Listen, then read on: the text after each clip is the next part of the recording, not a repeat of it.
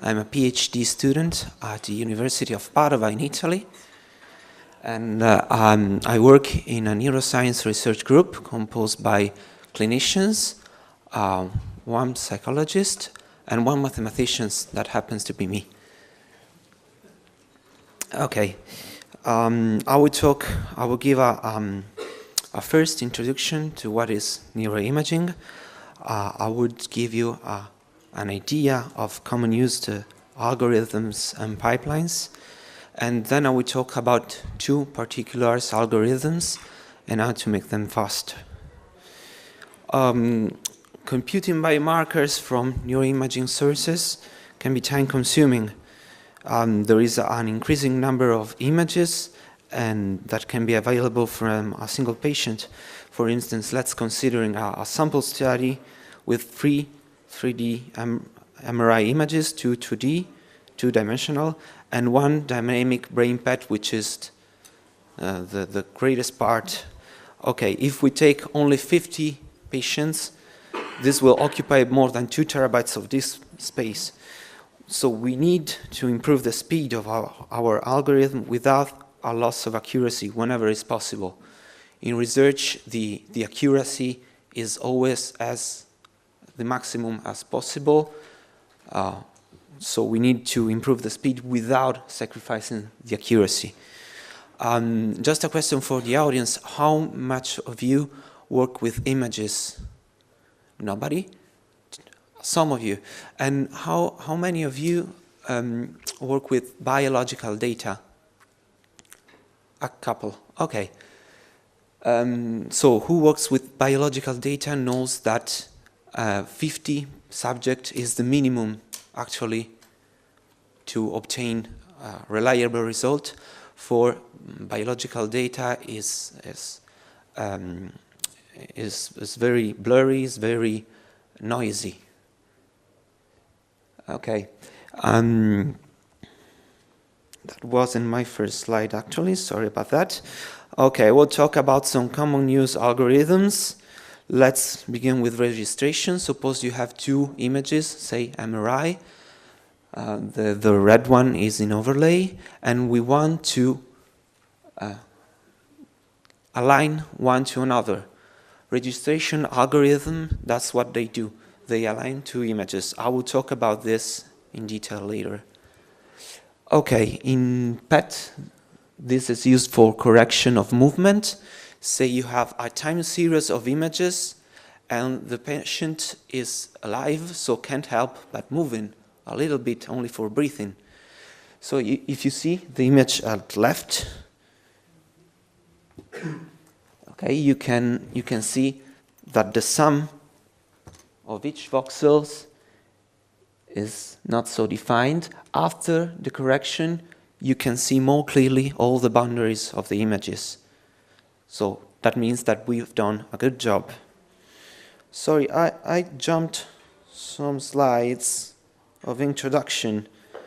The idea of the introduction is that our research group in neurology has many sources of data. One of them is imaging, which is my case. We laugh at old trials in science like phrenology that could, they said, detect a criminal mind only from brain measure, which is considered as crazy. But this was in the right direction. My work is to make measurements from images, make numerical data from images. That's what I do. Okay, from images to numerical values that can be used. Okay, that's correct. Okay, another popular algorithm that we can use is correction. For instance, in PET, if you remember the image before, okay, PET images are commonly less resolution capability. So to increase them, we have to correct the partial volume effect.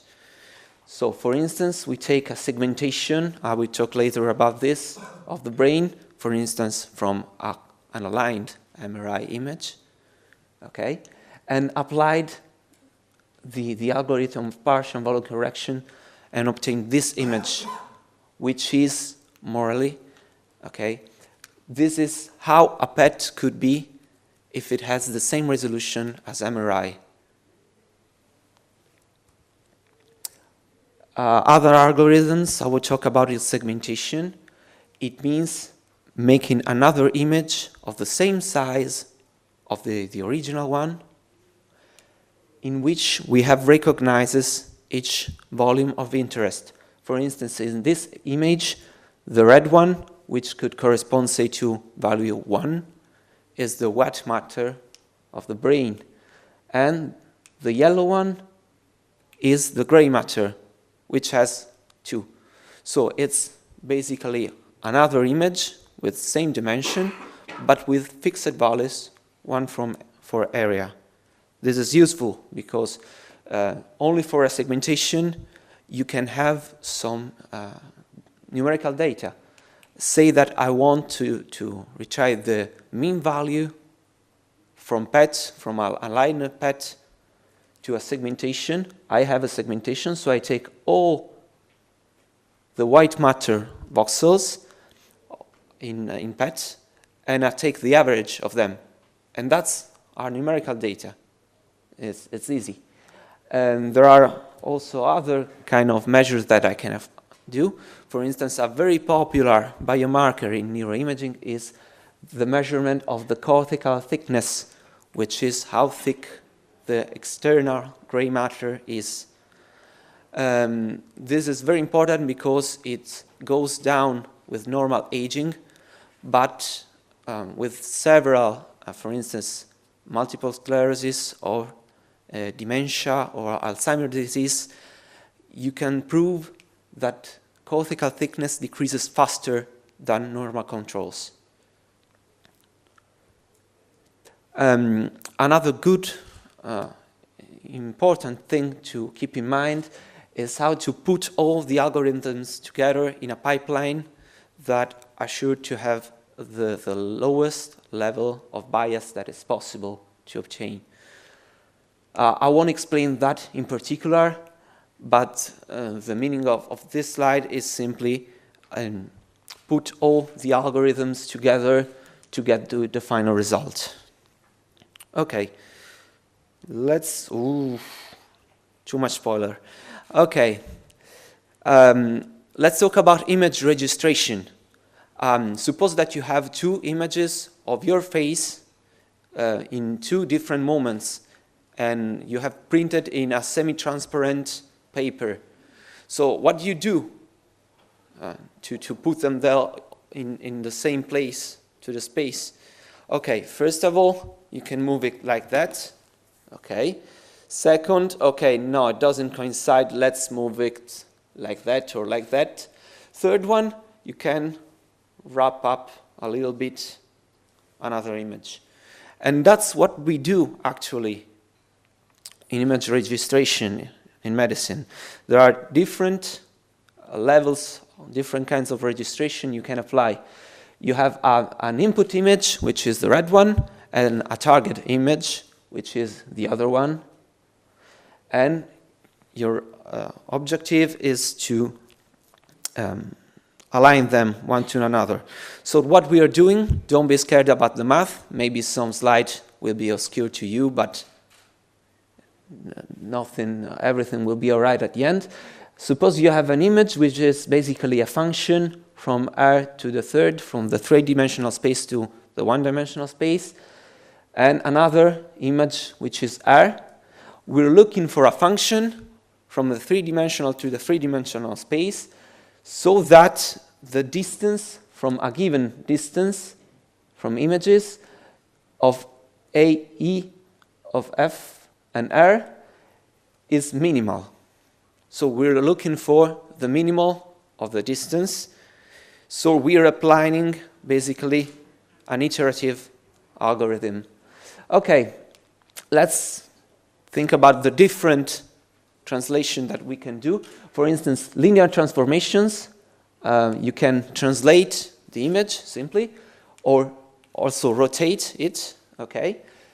And you can have homopathy, which is the same thing you did when you detach paper in parallel ways, okay?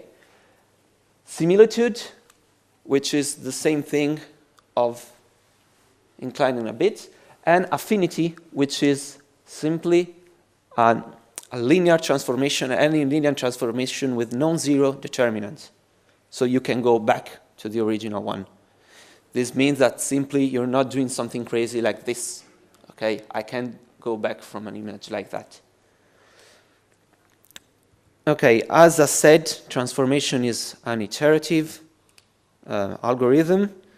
Okay, a good way to speed up the convergence is to downsample the input image to a factor, say n, and to use the metrics that we obtained from this optimization as an initial guess for the next step, which will be a downsample of lesser scale. This is an example. Suppose you have a function to function register and apply. Register finds the optimal movements and applies it to another image.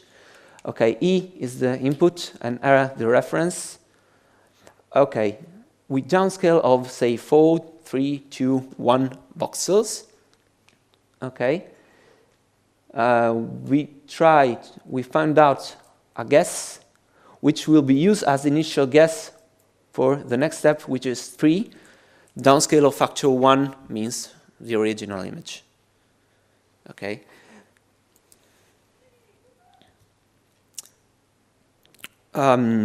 It is possible nowadays to do registration in purely Python. We can use wrappers as NePipe, but there is also a pure Python implemented inside NePy. There was a slide before in which I should have showed you. Where is it gone? It's gone. Okay. This is a sample code on how you actually do that. So suppose you have two images, which is the first one and the second one, okay, and you want to transform and to the third one, okay. You simply use that nar.histogram registration, and when you apply the given an optimizer, a tolerance, okay, and a maximum number of iteratives, and you can get a result. The thing I said before is already implemented into that code. So you don't have to think about downsampling. This is automatically for that. Okay, some funny example just to have a laugh. There is this blog online in which are published MRIs of fruits and vegetables, and I said, yeah, why not? Let's do that. Okay, the one to the left is my own brain. I had that MRI scan just for trying particular sequences. And the one to the right, well, you can recognize is an onion. Okay, let's try it out. Rigid transformation, well, not so much. Rigid transformation is used for two scans, one before and one after of the same subject. And this is not the case, so it doesn't work so much. Let's try a fine transformation. Oh, well, seen better. Maybe some boundaries can begin to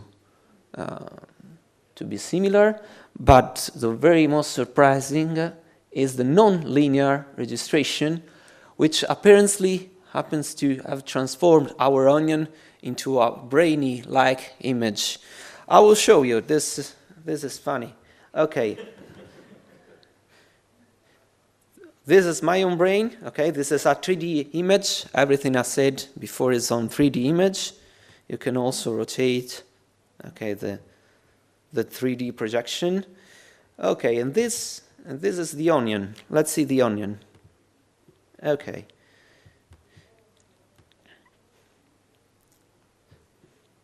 So the lesson from this fun example is never joke with nonlinear registration without knowing what does it do. In fact, this onion has some sulci, some deformation that may be in a neurological environment we can or we cannot look for. Okay, I've done the same to a persimmon just for completeness. This is a very popular fruit in the Mediterranean area. You see the seeds, and you see the outsides already. It seems like a brain.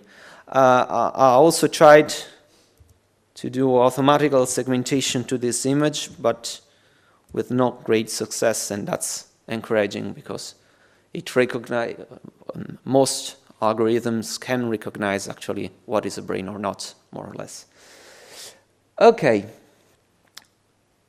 Second example, this is in PET. Suppose you have a set of PET images at different times. So second 1, second 60, second 120, and so far and so on. There is a model of kinetics of the glucose, okay, that we can fit with our data. We have C and CP, which are the data we're looking for. CP is the plasma glucose, which we know from injection, and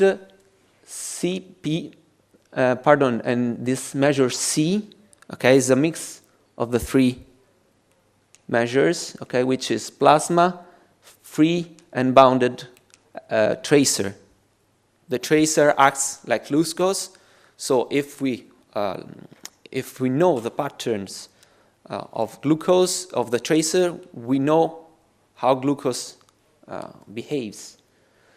So we can fit this model and obtain K1, K2, K3.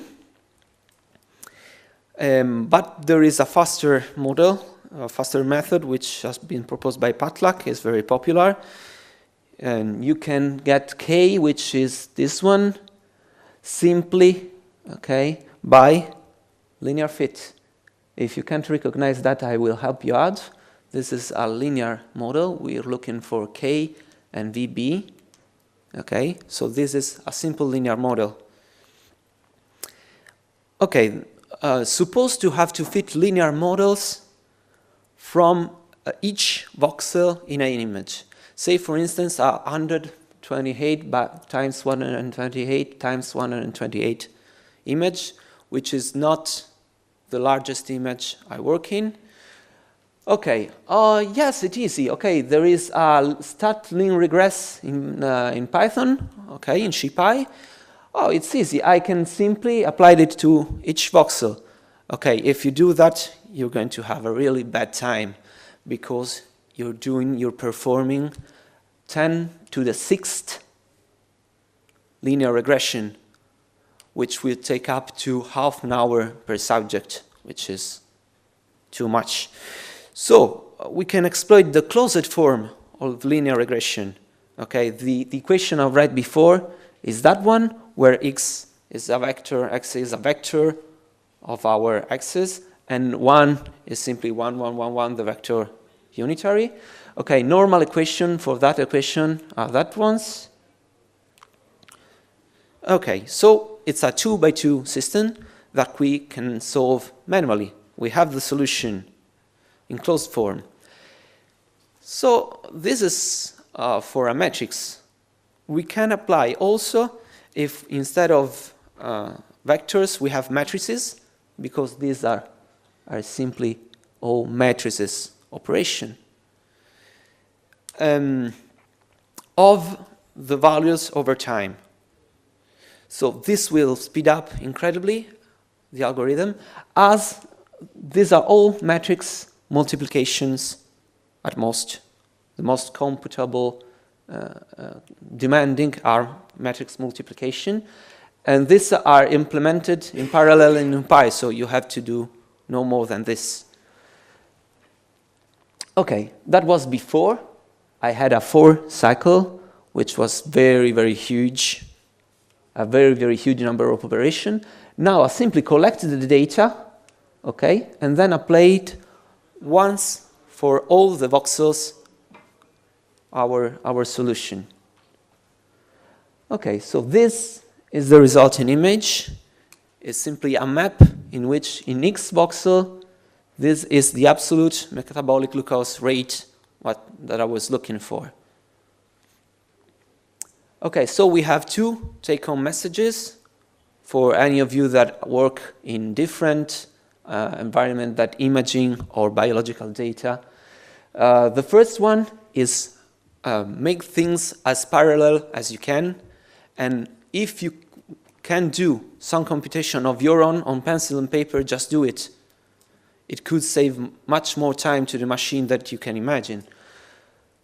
The other take-home message is this: okay, if you cannot parallelize an iterative scheme, okay, just think about downsampling it. Just think about finding another solution, which maybe is not what you're looking for, but it goes far, what's this mean? It goes closer and closer and closer, okay? So these are the two take-home messages for you today. Okay. That's the end. Okay, I want to thank my research group in Padova, nuclear medicine of Padova, all neurology department and neuroradiology too, all the patients, and of course you for your attention. And since I come from academia, I couldn't help but taking some references. Sorry about that. Two questions. Thank you for your talk. And just two questions. The second point there, did you mean dimensionality reduction? Mm-hmm. And on the, as the takeaway. And the second one was, have you done time sequence analysis of images? Okay, about dimensionality reduction. Yeah, when you said the two takeaways, you said downsampling or something. Were you talking about dimensionality reduction?